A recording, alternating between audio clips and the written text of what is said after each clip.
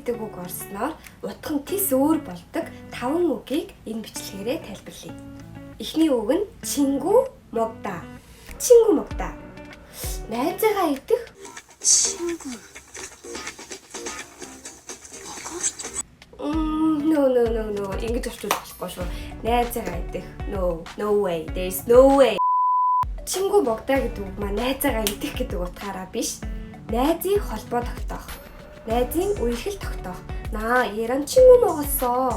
гэх юм бол би энэтэй найз болцсон. Би найзууд болцсон юм аа гэсэн утга санааг илэрхийлж байна. 저 쟤랑 친구 먹었어요. 친구만 먹고 그러는 거 아니야. За дараагийнх нь үг нь 욕을 먹다. 욕을 먹다. 사람들한테 욕을 배 터지게 먹어서. 욕 гэдэг маань хараал гэсэн үг. 먹다 идэх. Монгол хэлнд яг ийм утгатай үг гэдэг. хараал идэх. хүний хараал идэх.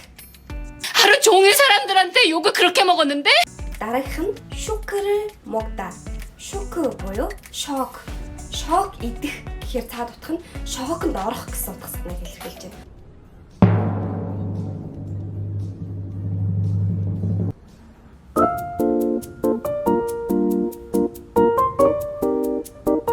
дараагийн үг нь 까먹다. 까다 гэдэг үг маань ингэж хайцлахыг хэлдэг. 까먹다. хайцлж идэх. Гэхдээ энэ утгаараа биш. мартах гэдэг утгаараа ордог. 까먹었어. би нэг мартсан байна гэсэн утга санааг илэрхийлж байна. За сүүлийн үг нь 마음을 먹다. 마음 먹다. 마음 гэдэг маань сэтгэл зүрх гэсэн. 먹다. сэтгэл зүрхээ идэх гэдэг утгаараа биш. сэтгэл шулуудах. ямар нэг зүйл би сэтгэл шулуудсан гэсэн утга санааг илэрхийлнэ. 그래. 마음 먹었어.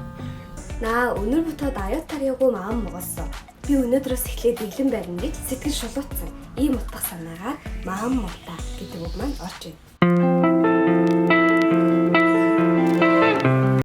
ингээд л 5 үг маань маш амархан байгаад. Гэтэ бонус болгоод би нэг үг нэмээд хэлчихье. цоо 먹다.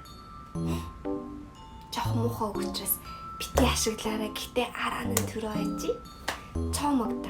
удар гэсэн үг байна.